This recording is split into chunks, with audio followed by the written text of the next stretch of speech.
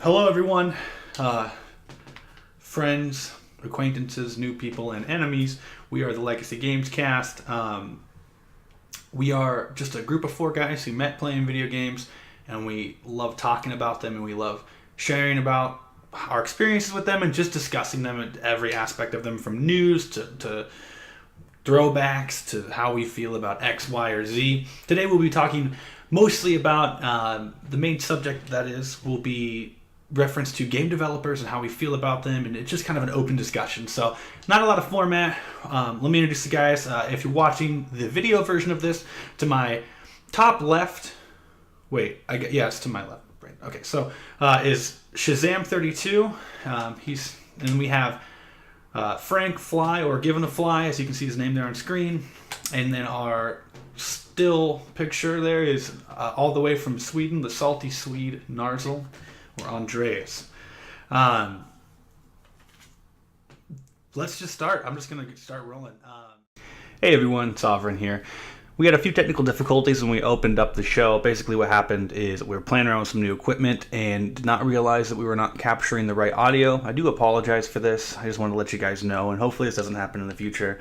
The show takes up right after we figured that out, and basically Shazam was talking to the rest of us about the appeal of space exploration games like Star Citizen, EVE Online, No Man's Sky, and we're just having a conversation about that. So you missed the intros, but other than that, that was all we were talking about. It was only about 7 minutes of the show, so hopefully you can pick it up from there. It won't happen again. I do apologize, so thank you very much for understanding, and enjoy the show. I'll just keep talking. So you were sorry about that. So basically, I got this new mic output so I can register what I'm saying, and apparently the OBS decided it didn't want to count that as part of the desktop audio, so I added it in manually. Well, that's a first, but learning experience. So Daniel was talking about space simulator games and his experience with those. Sorry for the technical difficulties. We will continue. Basically, you were talking about. I was just laying out the different types of space simulators. And basically, I was kind of getting down to two different types that we can hopefully kind of talk about a little bit. We got the Minecraft in space, basically, which was the Astroneer and the No Man's Sky. And then like the more structured kind of exploration games, which were Elite Dangerous and Star Citizen. So basically, all these games are pretty cool in that they just kind of let you. They're taking the concept of like we now have the technology to start simulating space, basically, and then like taking that, and all these companies are trying to go in all these different directions with them. I mean, I personally think that they're pretty cool for the most part. I don't know how you guys feel about it. I don't know how much you guys have actually looked into all that stuff. You guys looked up? Have you guys looked at any of this stuff at all? Yeah, I know. Not really. I looked into. You mentioned No Man's Sky. That seemed like a very, very interesting thing to me, in concept. But I'm told it fell pretty flat. Yeah. In execution. That's a whole can of worms right there. That's a whole can of worms. Yeah, we can talk about that later. I looked at. I mean, it's still a space simulator. I looked at EVE Online for a little bit. Anything with an extremely complicated economy, I try to steer clear of because I don't want to get sucked into it. I'm still trying to manage real life economy with like bills and stuff. So, but yeah, Elite Dangerous for me was definitely the one that turned me on the most. But I get to sex sexually. No, but I definitely I was like, dude, that looks awesome. But I decided not to because I don't know. I guess those games are a few steps behind where they are to interest me. I don't know how to really say that well. They're not quite there yet. I think I can kind of talk about what you're saying because it's kind of how the way I feel about it too. Because the reason why I'm talking about them is because I think they sound really cool. And I feel like there's something that I in principle would be really excited about. I have not really played any of these games either, so I'm speaking basically from doing research and kind of looking around and being like, oh, that's cool. But when it comes down to it, I played Minecraft when I was 3 years ago or so. I had a stint where I played Minecraft and kind of built some stuff, and I was like, this is cool. You know, like, what if I build a giant wall around this whole thing? Oh, that's cool. But then, like, at the end of that whole experience, I always felt like I was just like, okay, now what? You know, like, I have this thing, it's neat looking, you know, I basically kind of like was like Legos, and I built something with that, but there's not really a point to it at the end, if that makes sense. Like, Yeah. you know, like, I feel like it's just like, without something that's driving me forward in the game, I just feel like whatever I end up doing is just what I did.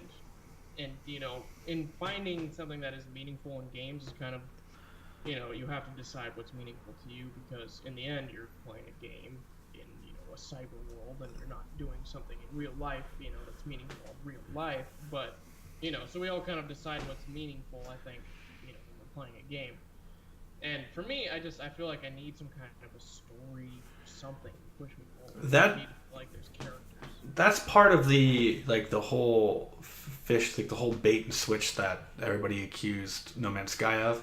Because, like, he kept talking about, like, and then you get to the center of the galaxy. Like, you gotta find the center of the galaxy. Like that. And, like, that intrigue. Like, I need something like that. Like, or, like, if you gave me a space simulator and said, like, somewhere in here are these really cool things. And if you find them, something interesting will happen. Like, that even would be enough.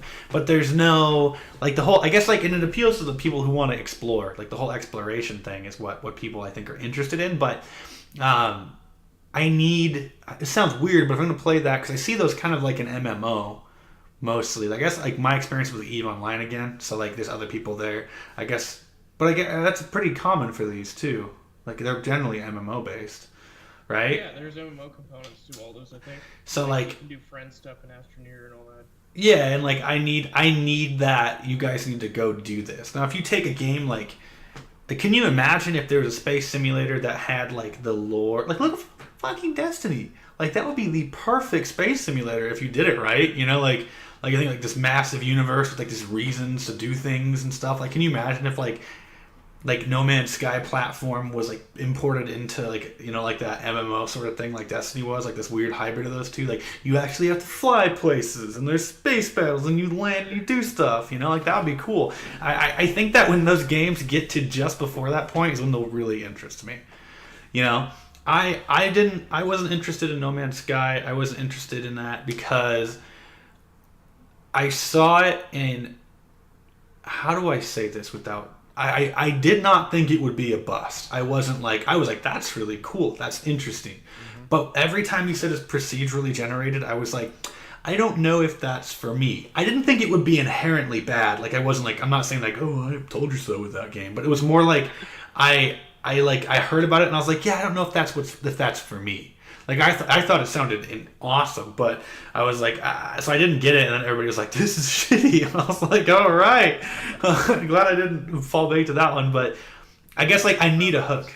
I grabbed it on a Steam sale when it's like $3.99 or something. I need a hook in a game. I need a reason, like you said, and I don't think those games are there yet. It's the same reason that, you know, and I think I'd really love to hear your opinion on this, Narsil, because you are the kind of person who does, like, those kind of explore or, like, make your own stories. You have referenced it because I for example, I couldn't get into Minecraft because I didn't feel like any of it mattered. I didn't feel like I thought this is pointless to me. Like, that was my opinion.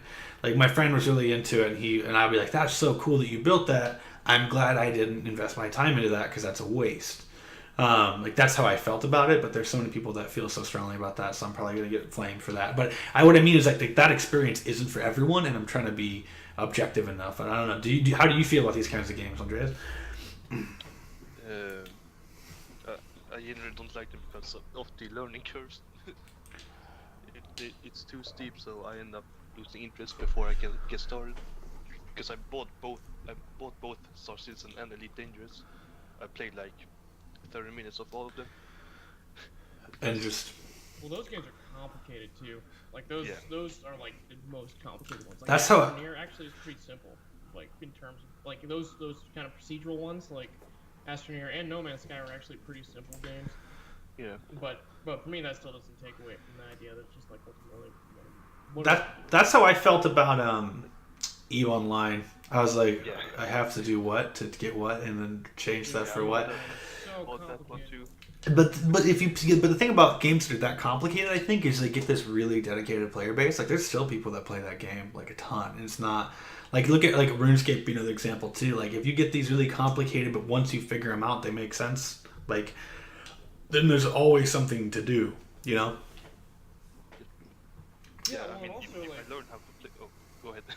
oh, sorry. No, I was gonna say, and also once you get like a good social component going, then whatever happens is just you're playing with your friends, and so then that obviously develops into all kinds of social fun that you have when you don't exactly need a story to push forward. And with something like Eve, it seems like they do a really good job doing that, where they set up a thing that was so complicated and so much of an kind of a inherently alive system, where you have this trade and these federations and these companies and having wars with each other, that it just became like, basically like a second life for people, except you're in space. Yeah. Like giant spaceship. Anyway, what were you gonna say?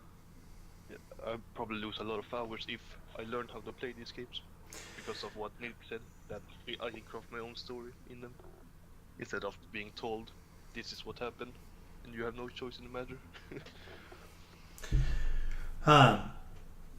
Cool. Well, I'm tilted right now. I'm stream tilted from our technical difficulties, but I'm glad that somebody said something. That was really cool. Thank you. Yeah. Oh, sorry. I kind of wanted to go back before it was just me talking and kind of recount that video, because I think that's really something that's worth talking about, and I'd love for people to be able to hear that portion. Like we were talking about, like that exploration feel, and before we had figured out our stream issue, the first 5 minutes or so got cut off with just me talking to myself, and Shazam was talking about I want to say the Thargoids. Is that what they're called? What are they? Yeah. In Elite Dangerous, and like just suddenly appeared, and it was a really cinematic thing. And I think you guys check it out on YouTube, but we'll link that. And for the audio listeners of not going over that again, I think that once that sort of shit really gets integrated into that kind of game is when I'm going to be really interested. You know what I mean? Like that, like a sense of exploration is really cool, but I feel like right now in these games, you explore and you don't necessarily find anything.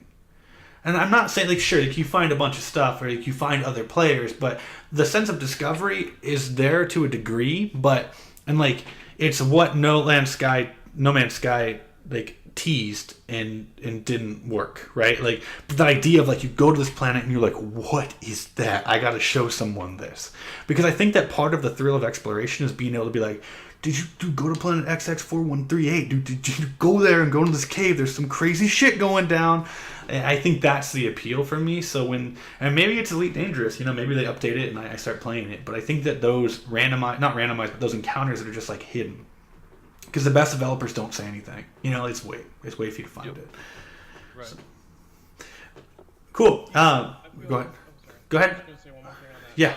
Just because I do feel like it's kind of a balance, because you have to do, you have a certain level of payoff, and we were talking about this last week, but there's a difficulty that you have to put into games, obviously. So you can have a gallery of like, you're going to these different places and you're seeing this cool stuff, and it's just like, oh, here's a mystery, but then it's really just another interesting thing, and then you can move on, and there's little difficulty.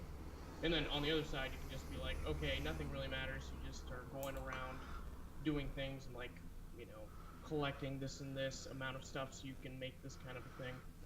And with like Elite Dangerous, and what I think you're kind of touching on is like, I know for me as a player that if there's a little bit of exploration, a little bit of like taxing on you, like, I gotta go here and here, and oh, there's nothing over here. And then you can go over here, and then, oh, there's something really cool over here.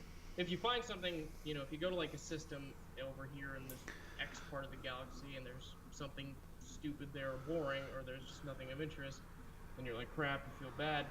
And then you go over to like this Y part of the galaxy, and then you find something awesome. When you find something awesome, it makes it even better because you have found something not awesome before. Yeah, it's that like the fact that I think that, and I think MMOs in general kind of work off this concept. It's almost like a slot machine. Like the chances of something happening is small, but when it does, you get that satisfaction and the thrill that it might happen. I'm talking about loot tables and stuff, but in the same way, like, or WoW or whatever, like loot tables or Diablo, you know, like those loot tables, you're probably not going to get the thing that you're chasing, but when you do, or you don't even know you're chasing necessarily, that's the best feeling in a game, when you like a loot-based game.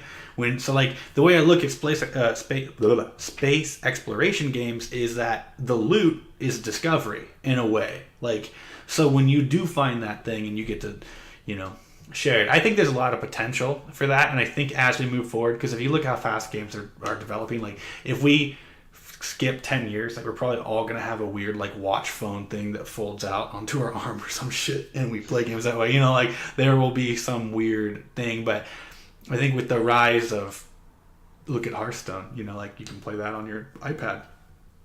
So I think that like the more we're able to network and the more we're able to share discoveries, because like you see, like look at Blizzard, I mean it didn't work, but they tried to do like a login with your Facebook, like they tried to do that. It didn't work out very well, but like I think that the more we kind of combine social media and gaming, we will see the rise of those. Anyway, I was going to transition over to Frank. I'm sorry, I keep sniffling. I've like I'm getting like allergy attacks right now, so forgive me if I sound a little choked up.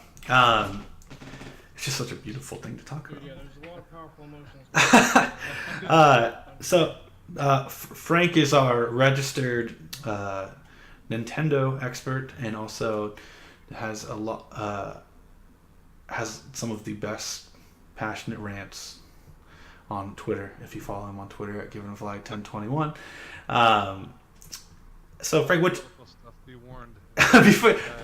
Be warned. Listen, if that's not your cup of tea. If that's not your cup of tea, stay away. Dude, the individual political of the do not necessarily reflect Legacy Gamecast. All right. So what you got for us, man? Yeah. Basically, I thought it might be the first week where I didn't talk about Nintendo. No, I'm kidding. Of course, I'm going to talk about Nintendo. I'm pretty excited. I know I talked to a couple of you guys offline. I saw the Super Bowl commercial that they put out, which is a pretty big deal for them. And they put it out in the middle of the fourth quarter when the game was going nuts, and you know millions and millions of people were watching it. So a lot of people got to see the Switch. They got to see Zelda. It focused on Zelda. There was a longer version, about 1 minute and 40 seconds. That featured several other games.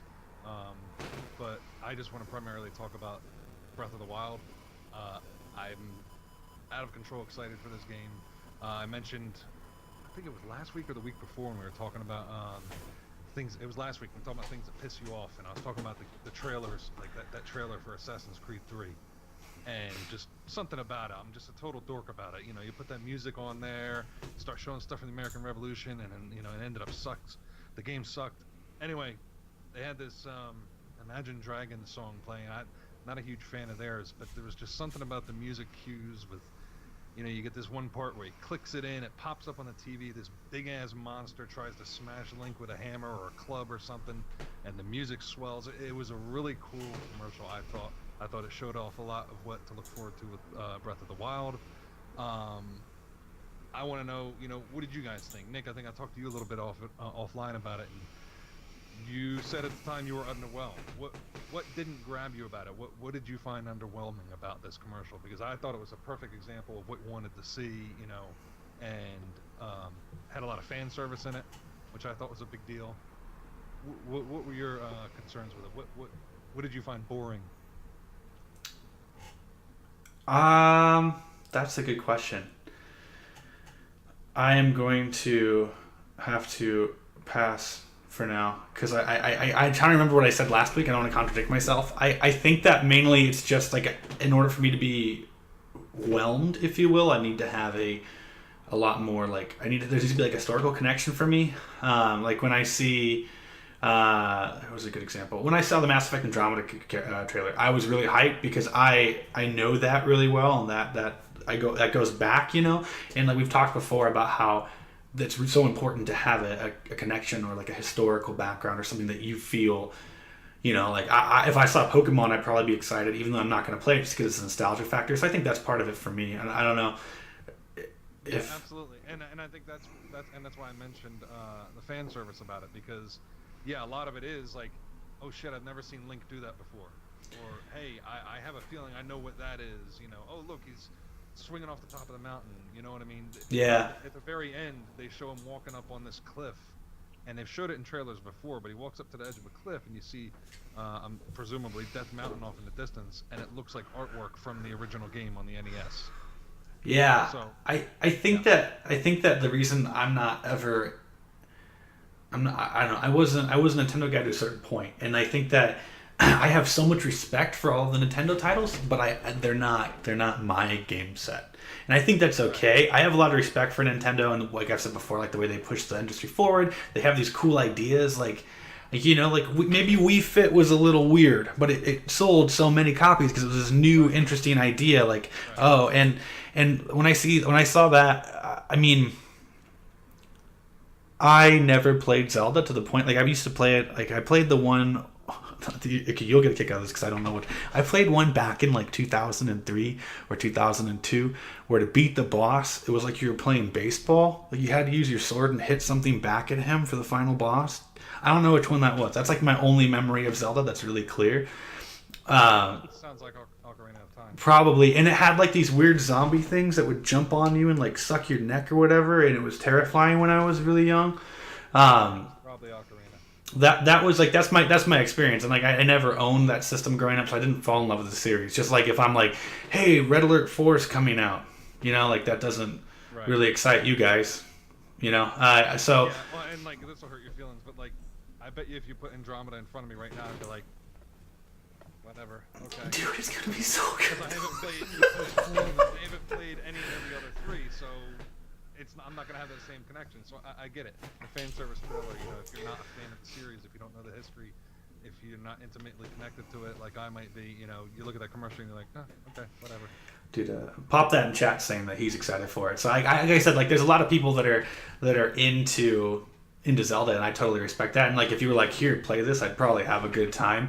But I think that there's like, especially these, like this is like incoming pseudo rant, like we have all these titles that have these ridiculously long histories. Like I almost, like for example, Halo 4, I was kind of like the whole game I was like okay, it's not Halo 3, but I'm glad to have the Master Chief back in my life because I grew up with Halo 4. And then like towards the end of the game, like this is how I feel, I was just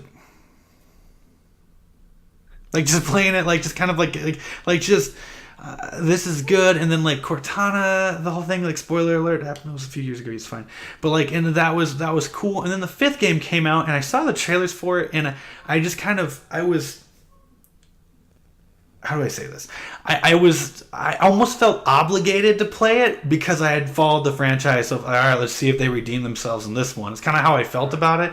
And I think that there's these stories, these almost like relationships you have with different games that when it comes out, if it looks good, you're like, yes, all right. And if it looks like you're not sure about it, you feel like, well, I played 1, 2, 3, 4, 5. Like I gotta do this one. You know, like like the completionist in me is there a little bit. So I don't have that completionism in Zelda, and I don't think that, like. But imagine if I had grown up with or started with the top down like OG Zelda, like seeing it at this point would be so exciting. Because as I understand it, it's open world now. Yes. Which is different, right? Yes, absolutely. And I did my homework. Daniel and Andreas, if you guys don't have anything to add, I'm going to move right into the next piece of what I wanted to talk about. That's a perfect segue. No, I mean, I don't have anything to add except okay. I wish I was into it as well. I feel exactly the same way that Nick does. Alright, so yeah, I did want to, you got nothing? Nope. So I did want to go ahead and segue over into, you know, one trick pony over here. And this is, you know, for anybody who's still trying to avoid explicit details about the game, there might be some things in this next segment that are spoilers, because Game Informer has a big blowout cover story coming of the game, and you know, Nintendo took them in and took them into some of the dungeons and whatever, some stuff with them. So there's some interesting things. Let me stop you for 1 second, Frank, just because I'm going to do some clicking here. I'm trying to get this bottom thing of Skype to go away, because I can get that to go away, but I don't know how. Okay, we'll deal with it. I'm trying to get the hang-up things to go away, but because the overlay I couldn't get to work this week. That's fine, though. We're just capped in technical difficulties. We will continue. Sorry for the interruption. Go ahead. That's all right. So you talk about it being open world, and some of the things I wanted to go over kind of play to that. How a lot of people have said this kind of feels like Skyrim in some ways, which is a very good thing. Skyrim's a great game. A lot of people love it. That's not a bad thing to emulate. But previously, what they would do is they said that when they were talking about the development process, they would make Zelda games by taking small areas of the map and then just connecting them together.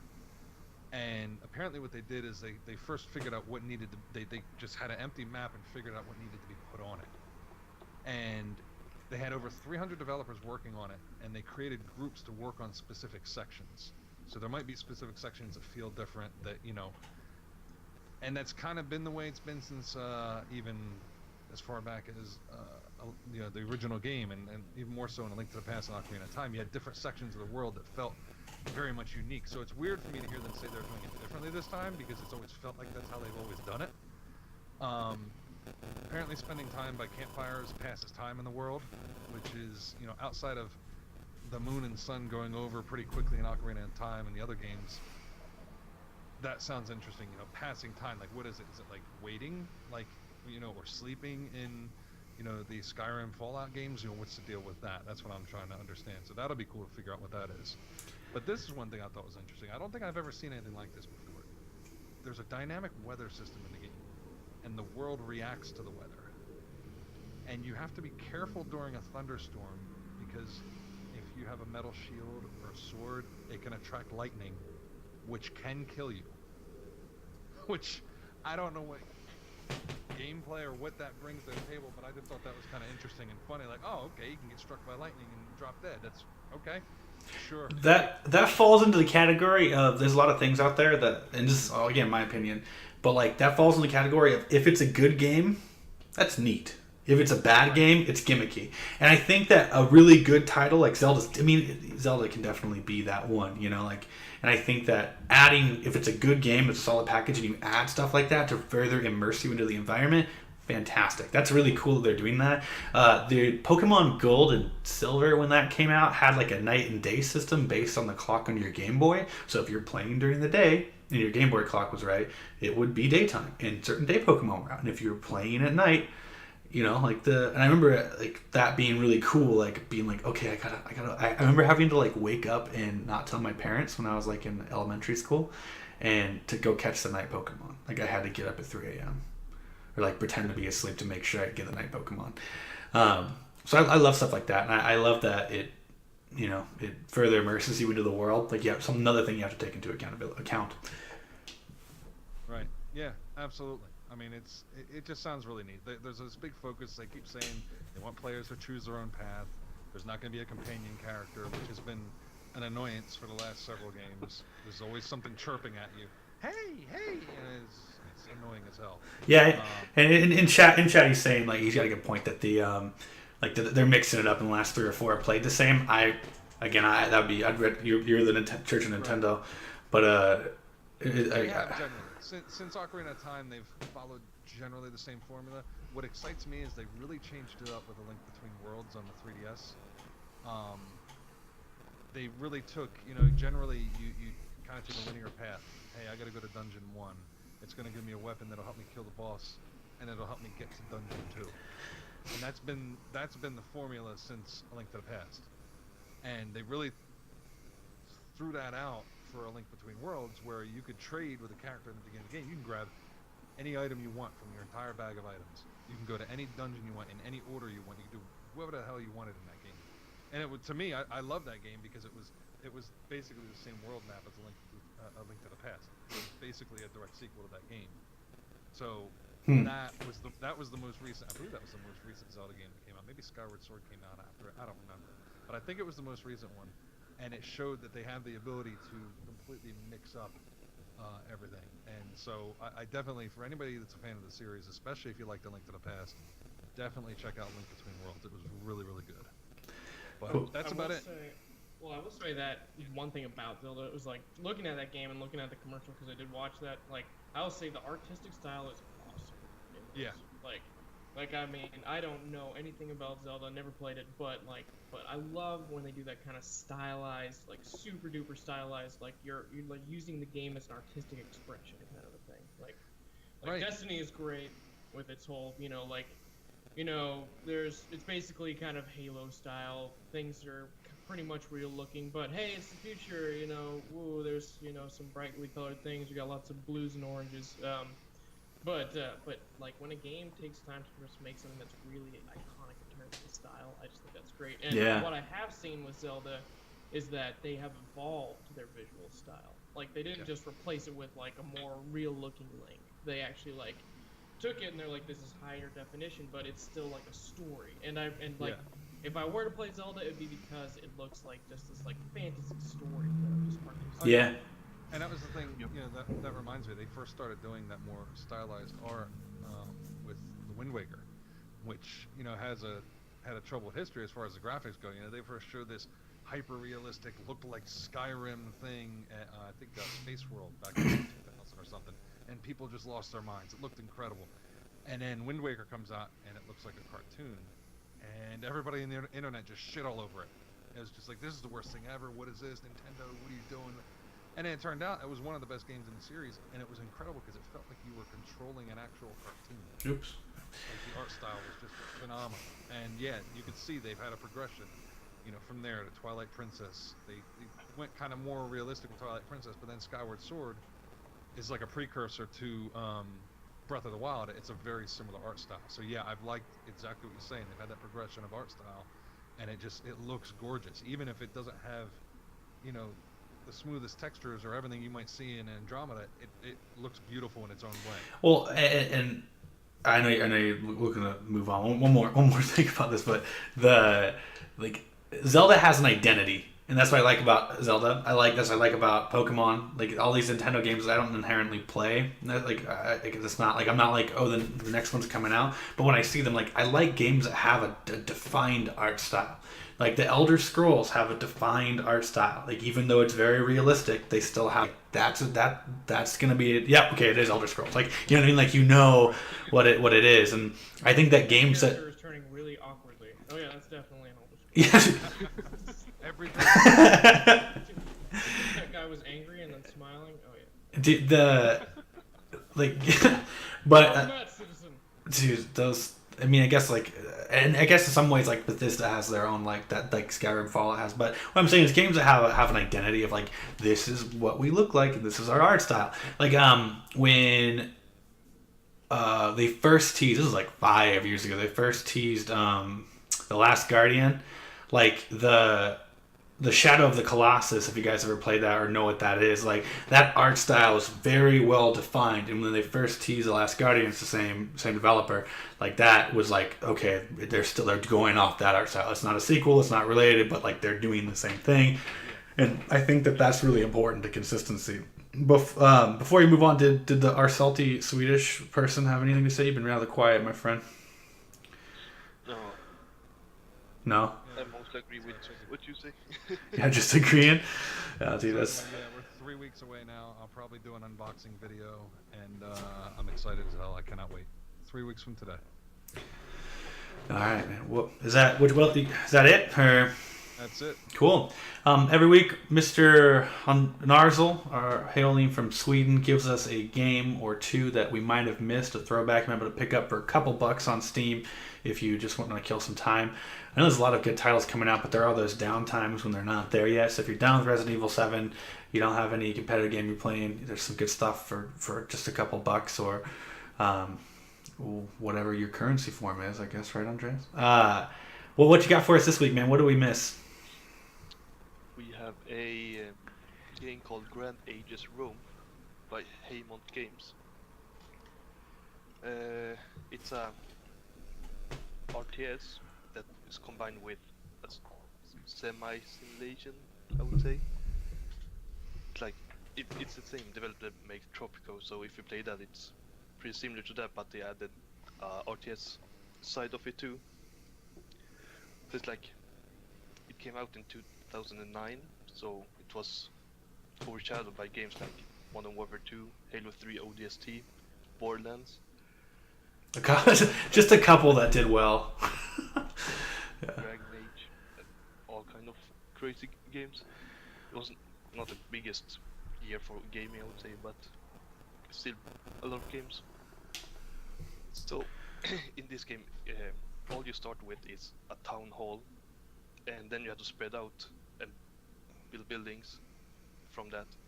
But the problem is you can't build buildings too far away from each other, so you can't just build a woodworker's house way off in the distance. It has to be in a certain radius around the other buildings, or it won't have any workers, so to speak. So you have to manage, like, do I put this woodcutter's lodge here, or do I wait to build out the city a little bit more so I get more wood, or is it worth sacrificing the resources to build this wood lodge here? So like the economy management's a little different than a lot of RTSs. Yeah. That's like biggest aspect. That's interesting. Yeah. And you have to micromanage, like, if you build too many houses, there will be no jobs for people, so they will do crimes instead. So that That's an interesting aspect. Is it so like they'll do crimes if you don't build enough housing? So instead of it being like a food cap, there's like a punishment of like do crime if there aren't enough jobs for them. huh. So it's actual crime instead. Yeah, like if you build too many houses and there's not enough people, they become vacant and they will spread more disease than usual, stuff like that. And diseases are really a problem in this game. So you have to build water foundations and what are they called? Those Roman things where you have to build from, so you get water. I can't remember the name of it. Oh. Aqueduct. Yeah, dude. That's so. Is it still a RTS like army fighting game? But there's these aspects to it too. Yeah, you can still build military buildings, and the units you build from it is similar to a Total War game, I would say, because there's like Like a legion or whatever. Yeah. it's like them that you have to send out, and you have to train them, because if you send them out in battle without training them, they'll just die immediately. It's mostly barbarians that you fight against on a big map. Oh, that actually sounds awesome. Like it sounds like, because I coming from like StarCraft, to me, like every RTS, I'm always like, how does that look when you? But like, it sounds like it's a lot more like in depth, and like you're managing things that aren't just money and guns. Like you have more than just tech structures. That's an interesting thing. Can you get it on Steam? Like, is it? Yeah, it's on Steam. I can't remember when I picked it up on CD when it came out, so I don't know how much it is now. I'll say about $10 maybe. That's not a huge amount of money. Add that to my 70 games. You can say something to them? So Narzal, what I want to talk about is what sells me on those kind of games is just basically the explosions. Because, like I play this stuff, and like I played Age of Empire, whatever the more recent Age of Empires was. I just played it for a little bit, and I thought it was a pretty cool game. I didn't stick with it, but what I thought was really cool was that they had like the the wooden structures and stuff. But then you could like hit it with a catapult, and it would just shatter, and I just loved it. That's how it would just crumble apart, and I was like, "Oh, this is a really enjoyable." The beauty of destruction is part of the glory of RTS games, dude. For me, those kinds of games, it's like it comes down to like how cool does everything get ruined, And so like if they've got aqueducts, I'm talking about aqueducts, I'm immediately thinking like, okay, so if I were gonna like throw a flaming rock in an aqueduct, would it like crumble down, and then like all the water comes down, and like people drown in it? Cause that'd be really No, there are no siege equipment like that, unfortunately. It's just infantry and battering rams they can use. Dude, just tell me about these battering rams, dude. I was getting excited. You can just push up and engage with them, unfortunately. That's the I love RTS games, man. I will say to throw back to it was made in 2009. I don't think any. Okay, this is not true, but one of the best aging group of games, I would argue, is RTS games, because they're not heavily graphics based. Like, they're very like small art stylized, so I think they age really well too. Like, I mean, StarCraft Brood War, 20 years later, is still popular in Korea. It's crazy. And they're doing like a remastered version this year too. We'll talk about that when that comes out, because I'm so excited. All right. Cool. Any closing thoughts on that? What's the actual name of the game one more time, so I can put in the show notes? Grand Ages Rome. Grand Ages. Cool. Cool. All right, so now we are going to have a quick little chat. We're running a little long, but that's okay. We had a little technical difficulties. For the next few minutes, let's talk about game developers. And I mean, it's easy to say who do you love, who do you hate, who's great, who's not. But I think that the focus here, ideally, would be more. Stream is frozen, so I'm going to fix that real quick. There we go. But we're going to talk about game developers, and we're going to talk about who does certain things well, who does certain things poorly, and what makes a good game developer, I think, is the question. Anybody from old Bungie and the Halo games with their cheeky attitude to Ubisoft. So let's and anybody have anything? Like I say, what sticks with you? Like what? I mean, I think mainly like let's keep discussion kind of focused on like community management and expectations and the relationship, not so much with what they release, but how did they release it and how do they maintain a relationship with their player base. Well, I would like to talk about Blizzard first of all, just because I mean that's like immediately what springs to my head. It's just like because Blizzard, like Overwatch, I feel like that's the first time I can't stop thinking about it whenever I see like the latest thing that they put out. Yeah. Man, they are just killing it. Like, I'm with you, man. I'm with you on that. Like I'm just like, how is it possible? Like I'm just like sitting and yeah, I play Overwatch. That's basically what I play most of the time. We play together, but like. I'm just waiting for the honeymoon to be over because the way they managed to do it is just totally reasonable. And I've just seen so much in the past where communities go sour, or the community managers of a company go sour. And something just gets a little bit screwy. At some point during the game cycle, and usually it happens like directly after release. When somebody's just like, oh, this feature wasn't in here, or they have built up expectations. But Blizzard, I think, is just I mean, I'm sure we're all aware of it, but they've just done a fantastic job with managing expectations, and then not just managing expectations, but then just like exceeding them. I have gotten so much more out of Overwatch than I even thought that I would at the beginning, and I was already very excited about it when it came out. So just as an example of a developer that does a good job, I think Blizzard does great. They have these developer updates every so often when they talk about things. Jeff Kaplan, the director of very, very open.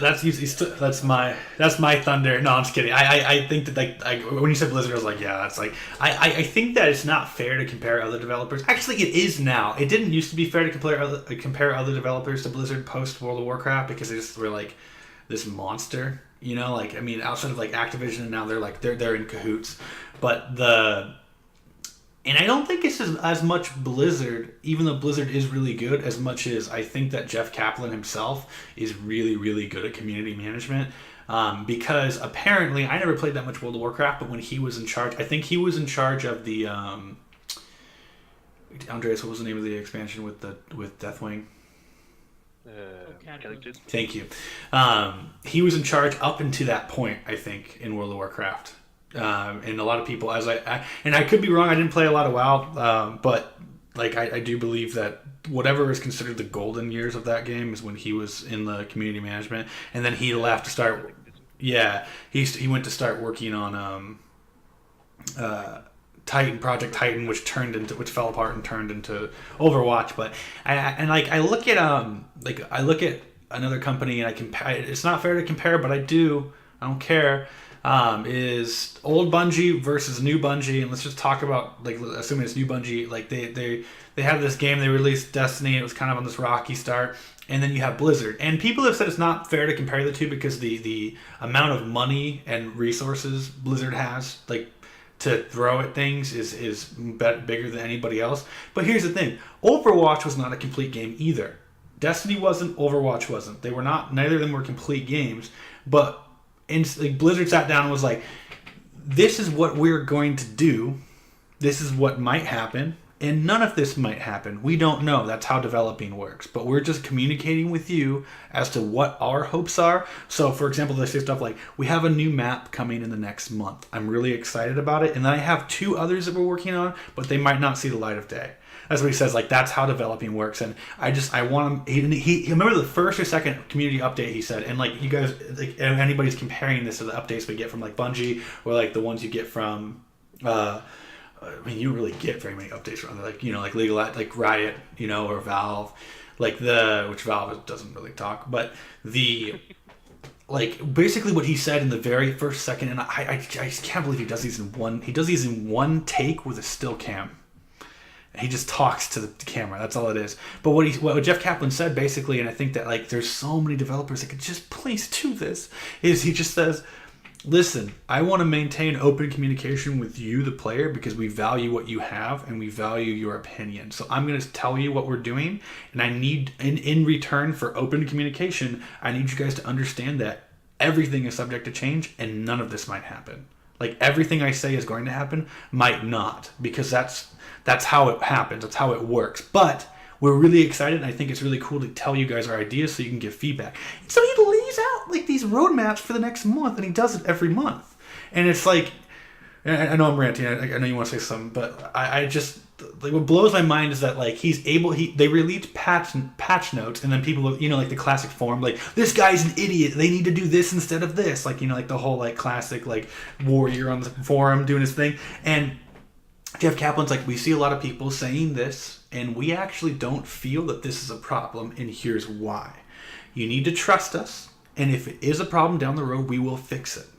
And it's just like that, like, that's all a game company needs to do to keep me interested, man. Is just tell me what you're thinking when you do something, and acknowledge when the community has an outrage. It seems so simple, you know. Yeah, it does, yeah. It doesn't seem like that's something that should be like a pioneering event in game. No, it doesn't. Communications history, you know. Like, it's just like, be straight up, talk about things, you know. Like, yeah. Say where you're at, you know. And I look at games like we all played Destiny, and they had all these updates, and as they kind of moved on to other projects, the updates got more sporadic, and I think it's okay to say that they're farther apart. Like, Overwatch is Blizzard's baby, so, like, the amount of attention they're giving that is way more than they gave StarCraft. It's way more than they gave WoW. Like, they really want it to be their esports game, so, like, the amount of communication they have is second to none. But what I'm getting at is, it's really, I don't think it's hard for a developer to sit down and make a freaking 3-minute YouTube video and go, "This is what we're doing. Here's why. We're really excited about it. We want you to get excited about it, and we're gonna try this out. And if it doesn't work, you know," or he'll say stuff like they just in Overwatch, for example, they just added a feature where you can make custom games, like, to an extremely, it's basically a map editor without it being a map editor. You can edit cooldowns on abilities. You can edit like the rate that certain things happen. All you can't do really is move the stuff around like you could in Halo, like in the Forge. You can't move the maps, but you can change hero abilities. You can change how fast certain heroes walk. You can change their health pools, damage resistance, armor, and he's like, "We're really excited to see what you guys make, and if you guys come up," so, like, he's pretty much giving the developer tools to the people and being like, "If you find something better, we'll adopt it." You know, like, if you have an idea, because, like, people thought that, like, one of the heroes was broken, and you have all these suggestions. Well, now the people can make these maps that have these things fixed, and, like, here's my idea. So I don't know. I think that it's. I wish more developers would give us the tools, because I won't do it, but there's so many people that are skilled out there. This is the part. Oh yeah, I'm bursting over here. This is the part where I say kids these days are too damn needy, and that you should get off my lawn. Kids these days, man. No. I know what you no, mean. I guess No, yeah, like I know. I think personally, I think it depends on the game. Obviously, I think if it's the type of game like you listed examples where they should absolutely be doing that. Overwatch, Destiny.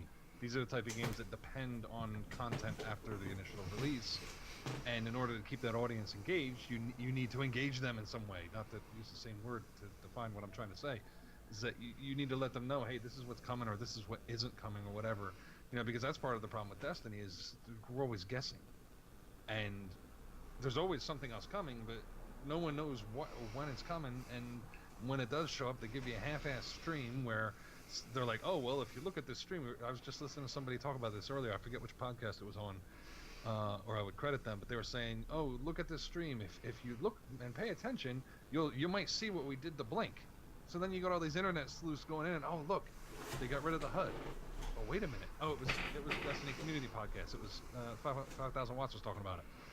And it was like, and I think she said, oh, well, why did they do that? Well, wait a minute. It kind of looked like he blinked immediately after the first blink, which was a nerf that they put in a while back. Did they bring that back, and that's why they dropped the HUD? But they don't tell you that. Yeah, you shouldn't be guessing. Why can't they just say, this is what we did, this is why? So it's exactly what you're saying. Yeah, those types of games, they need to do that. I mean, I'm a throwback from when you used to get a inch-wide screenshot in Nintendo Power, and that was the community outreach. And then you'd get the game, you'd play it for a month, you'd love it, and that's it. That's the end of it. You won't play. So Yeah. I think that... really care about this stuff, but I get it now because games change. You have to evolve. Yeah, it's almost like inflation. Like, I mean, like back in the day of like, thanks for playing Halo, love Bungie. Like that was considered really good communication with the community, right? Like I would have been your daddy. Like that whole inside joke that some people got, some people didn't. Like that was what. So I'm not saying that like every game needs to have that, but what I'm saying is that like you get with the times, and if you have a game that requires updates and requires attention, you should have that open dialogue.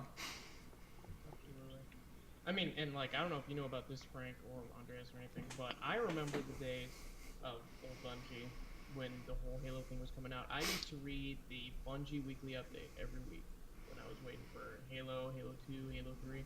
They would have a weekly update every time. Now, are you guys, is that not happening? No, it is, but it's just a whole different, right? It's gibberish. Yeah, it's gibberish. Sweet talking. Yeah, there's nothing to tell. A lot of fluff. That's how I describe it. 99.9% of their staff is working on Destiny 2 because, and I just heard this the other day actually, that I think they're under threat of losing large chunks of their stock to Activision if it doesn't release in 2017. So this is why they no longer give a shit about the weekly update and everything they're doing, because they have to get D2 out this year. We were talking about this though. That's fine. Just say it. Say, yeah, you guys can expect jack shit. See, not really, but like if you had said that, like you guys can expect very minimal updates. You'll get one here, you'll get one here, but something awesome is coming in September, or something awesome is coming. We hope. We even say we hope. Planned for November. You can say whatever you want, but it's the fact that like you have people trying to do this really good communication thing, and they're just stringing people along. Like, and that's how I felt playing that game, which ultimately led me to not playing it anymore. As I felt like the game had a rough patch, but I fell in love with it because I was playing with you guys, and that game is what you make it, in my opinion. Like that's right. But if you just said, hey, we were so excited for this new release, so our attention will be focused on that. You'll get these small updates on this month. Look forward to those. But if and like in that way, I feel like you don't risk losing so much player base, right? Do you guys agree with that? Because I personally, but if I heard like you're not getting anything, I would enjoy it, and then I would shelve it, and then I'd come back to it. Like I'd plan on coming back. Here's the thing. Excuse me. This doesn't belittle your opinion on it or my opinion on it or anything at all. They're looking at numbers we don't have. My guess, if there were a large number of people that felt exactly like you, they would see that massive drop off in the player base and they would change up their style. I would argue they have though, right? Because the people complaining about queue times in that game. But then again, I wouldn't be as ironic as I'm bitching about lack of communication from a game that came out in fucking 2014. But when you say that sentence, it sounds silly. But the fact is that if they just like it's a game that they're constantly updating. So it's different when we're talking like an MMO shared thing. If I'm not gonna bitch about them not updating like communicating about The Witcher 3, right? Like that's ridiculous. I think that this style of open communication really lends itself to the competitive games and the you're gonna buy this game, then you're gonna get updates, and it's gonna be like the same game, only better for X amount of years. Well, there is like another piece to this too, because the reality is when we're like comparing Blizzard and and Bungie and stuff. First of all, I mean Activision Blizzard is one conglomerate now, so that's a thing. But the second thing is that like you have to admit that Overwatch is very much like it turned out great. People are liking it, and I think it's much easier for a developer. Just using common sense, it's much easier for a developer to be like, things are going great, let's keep them going great. Whereas with Destiny and that kind of stuff, it's just like shit hit the fan really fast. Like a lot of criticism, yeah. Like crashing down. There was tons of criticism. They're doing damage control while also trying to make their game actually into a game, and then work on the next game. That's actually a very good point, because do you remember when Microsoft transitioned from the original Xbox to the Xbox 360? If you paid attention to this sort of thing and you gave a shit about it, you'd notice they dropped that system faster than any other transition I've ever seen from one generation to the next, because it was such a headache for them. They were still losing money on every console when they stopped production of it and moved to the 360. And I think that's probably part of it too with Destiny. We know it's been a rocky process from day one. There was that leaked Kotaku article that talked about how bad their development process was, how bad their tool set was. It wouldn't surprise me, and yes, they should tell you certain things. I know that many of us would appreciate they just be honest about it. But it just goes to what you said, that they just might be like, you know what? Yeah, we're still updating this game, but we just don't give a shit anymore. We want to get away from this thing as quickly as we can and get onto this new engine. Old and busted's got to go. New hotness. Yeah, but they should tell you that. Get me. You don't even need to tell me the nitty gritty as much as I'd like to know it, because I think we're in the day and age of the Reddit detective, which 9 times out of 10 doesn't work, but that one person does stumble onto something and then it just lights up. So like, but I think that my main concern and my main thing is. It's just you got to manage your community's expectations. When you let your community just kind of wildly guess what's coming out next or what it might be, and then we're going to spiral and we're going to be let down 100% of the time. And I mean, I check my expectations, but not everybody does that. And I fall victim to that too. So if they said all you need to do as a developer like Bungie is be like, this shit right now is fucked. And we know it. Not really, you don't need to say that, but you just need, basically you need to get us excited for something. If they said, hey, we're really, all they have to do is go in, around, in fall. Because right now they've been saying like it is confirmed there's a full sequel in fall, right? Yay! But they haven't said it's going to be great. Like they haven't even said something to like manage my expectations. And I almost feel that I'm totally like, theory crafting and tinfoil hatting super hard, and that's fine, but I almost feel like they're so scared of their under delivery of Destiny 1 that they're like scared to say what Destiny 2 is, because they don't want people to be like, the fuck is this? Because you remember Destiny 1, like there was all these crazy like, and it's gonna be a shirt, and like you saw the concept art and that never was in the game, stuff like that. So I don't know. Do you've been quiet for a while, Narzal? Do you have anything to add to this idea? Yeah, I would like to talk about Blizzard, but on the World of Warcraft side, because that's a whole different cake, I would say. Because, but from what I understand, the World of Warcraft community doesn't know what they want either. But like, when Blizzard shuts them down, when they talk about legacy servers, for example, because they want to go back and play vanilla, the Burning Crusade or Wrath of the Lich King instead of the Warcraft. Legacy server is the vanilla game, right? You can go play. Okay. Yeah.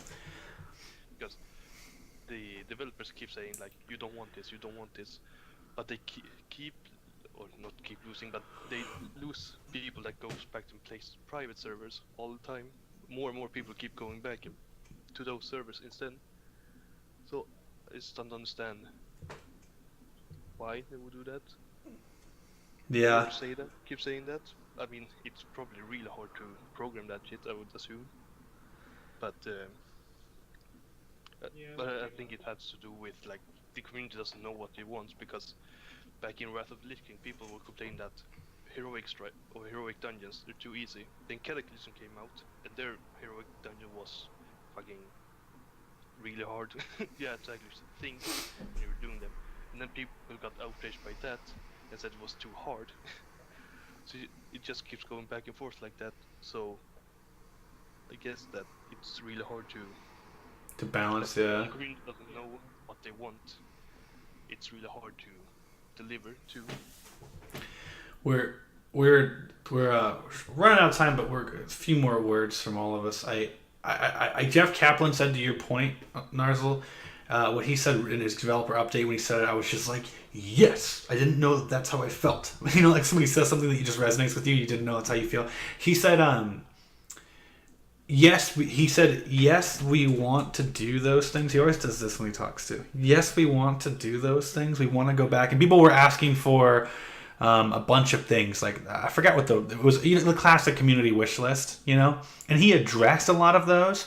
And he said, we would love to add those too, but we're really excited about some of the new things that we have, and we are choosing to work on the new instead of going back and changing the old, because I think you guys are really going to like some of the stuff coming up. And just say that, you know, like that alone is enough to, I think, kind of save your ass a little bit. If you're not gonna fix a feature, just say you're not going to, and the community will find a workaround, in my opinion. Yeah. Yeah, I think that works if you have alleged credibility as a developer. Yeah, that is true. Um, Bungie should have too. well, yeah, Bungie. When they launched, they should have. Just saying. I think that before we wrap up, and this is such a dense topic. Like, one of these days we gotta just do a show on the topic and have like no segments and just talk the whole time. But I'd love to hear, like, from the Nintendo guru a little bit about how Nintendo handles their community, because it's totally foreign to me. Because I don't really dabble in that. Do they talk a lot? Because I would say Nintendo, and I think there's a lot of nostalgia there, is one of the quote unquote like most loved companies, in my opinion. Like, people love Nintendo. You know, like, is that because of the way they communicate, or is that because of the way what they release and they're very open about it? I don't know. No, generally, I think when you come across somebody that loves Nintendo, a lot of times it's going to be somebody like me that's been playing for 20, 30 years on their systems, experiencing their IP, going through the heyday of the Super Nintendo, which had some of the greatest games of all time. Like, when I went into this topic, it was tough for me, because it was like immediately it was like, it's Nintendo EAD. It's the group that did Mario, Zelda, Donkey Kong, Mario Kart, all these great games. Then I started thinking, what were the games that I remembered most, or my entire life, and I'd circle back to the Final Fantasy VI, I'd circle back to Metroid Prime and think about Retro Studios, But for Nintendo, a lot of the people that still love them to this day, in spite of everything that they do that makes you spin your head and wonder why they made that decision with the hardware, it's always just been about the games. Now, recently they have started to get a little better with handling the community. They have what they call Nintendo Direct, and it's just a pre-recorded video. Sometimes it's a half hour, sometimes it's an hour, where they will focus on a new game coming out. Like, they'll do, hey, Smash Brothers is coming out in 3 weeks. We're gonna have a Nintendo Direct where we'll get out there, we'll show you all kinds of stuff. And a big thing they do with that game is the announcements of the characters that are in the game. Sometimes they'll make a huge deal. Oh, Sonic's in the game this time, and everybody loses their mind. So they've been a little bit better with stuff like that. But then they've also dialed it back too, to some extent. Like, they stopped going to E3 and doing the big press conference. Now they just do a direct. They do a glorified direct. That's why this thing with the Switch a few weeks ago was a big deal, because they haven't done an audience show like that in a while. Was it? Do you think it had to do with the death of forgive me, I forgot his name. Iwata. Yeah. Satoru Iwata. Yeah. Actually, the direct started before he passed away. Those were his idea. As far as shifting over to doing the big show, I don't know. I don't know their motives. I guess maybe they thought they saw a big opportunity. think it's at the end of the fiscal year, the end of March. I don't know. I think they just saw a big opportunity to go big with it, and they did. You know, like doing the Super Bowl commercial, all this stuff. But I think a lot of this stuff was already planned before he passed away. Maybe not so much the individual shows and announcements and stuff, but as far as what the Switch was going to be, you know, what they were gunning for, a lot of these plans, because these companies plan this stuff out 5-10 years in advance. So a lot of the stuff was in play already when he passed away. But yeah, it's always been weird. I mean, you know, they had their official media arm. They had Nintendo Power, 285 issues. You know, I think around 200 of them were direct from them. So that's how they did their outreach back in the day, back when magazines mattered.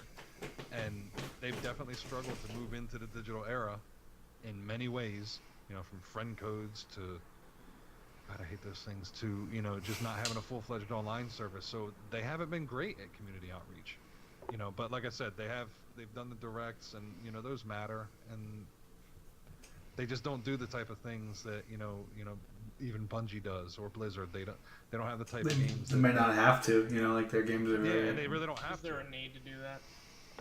Right, I don't think there is. I mean, hell, on the Wii U was the first time that they actually had, you know, what would resemble a stream of downloadable content, and it was, you know, new tracks and new carts in Mario Kart. You know, I think they had new fighters popping up every now and then in Smash Brothers. You know, so it was the first time that they really did, you know, the type of thing where you would want to keep the community engaged.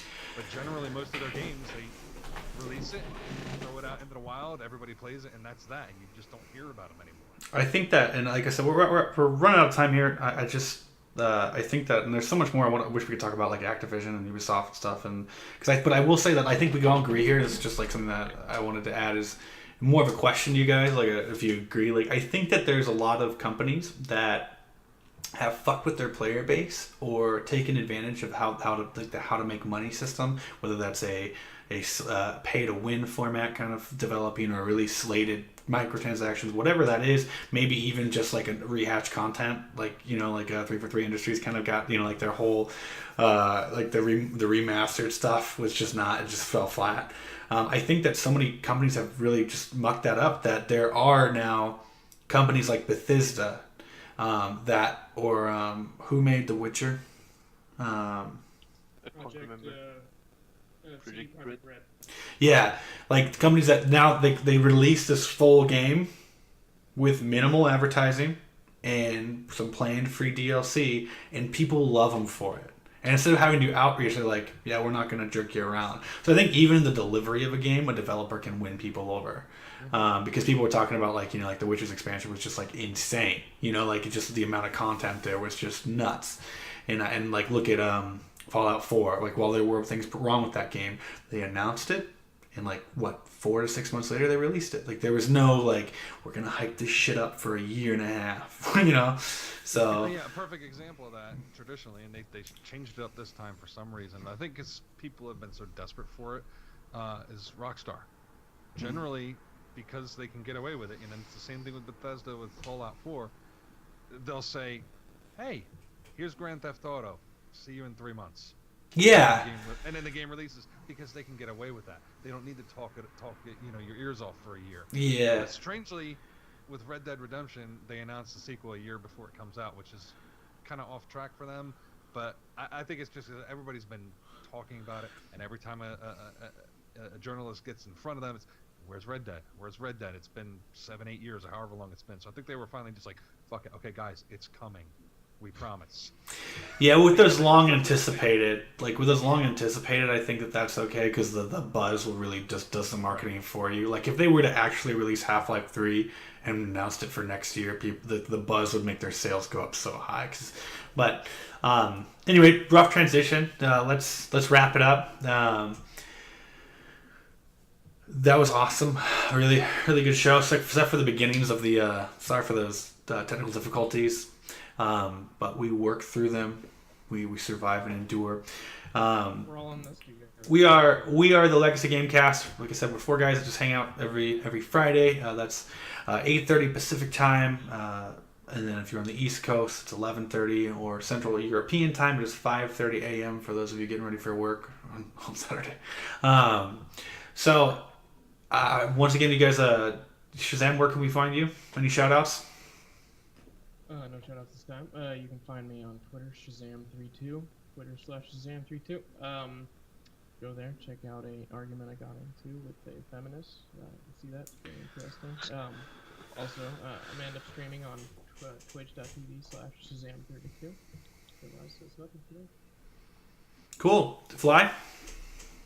Yeah, I'm on Twitch and Twitter and YouTube. Given the Fly 1021. If you're listening to the audio, the word "given" has no e's in it. I'm trying to stream something every Friday night at this point. Lately, I've been doing Resident Evil 7. I still have a couple parts to finish up on that. And you can find them archived on YouTube. I think the first 4 should be up there by sometime tomorrow. Awesome. Narzal, any shout-outs? Nope. Not. But you can find me on YouTube as Nordsul, and I'll soon make a Twitter where you can follow me at Nordsul. There too, I would. Cool. Well, I'm Sovereign Dude. I'm at Sovereign Dude on Twitter, at Sovereign Dude on Twitch. And if you guys would, thanks for those of you that stopped by and hung out and gave some feedback, conversation. We really appreciate that. We do this for fun. We do this because it's what we want to do and we love it. So, even through the hiccups and bumps, thanks for sticking with us and thanks for giving the feedback. Whoever gave the shout out that the stream was not working, thank you so much for saying something. And being constructive about it too. Outside of that, guys, I think we're all done. Please, if you could follow the Twitch stream, that would be awesome. But I'm not the type to tell you what to do. But if also you can find us at Legacy Games Cast on just about everything. The YouTube's up and coming, and on your favorite avenue to find podcasts, we will be on there. And until then, we will see you next week at around the same time. So thanks again, everybody, and we will catch you on the flip. Take it easy, Good night. guys.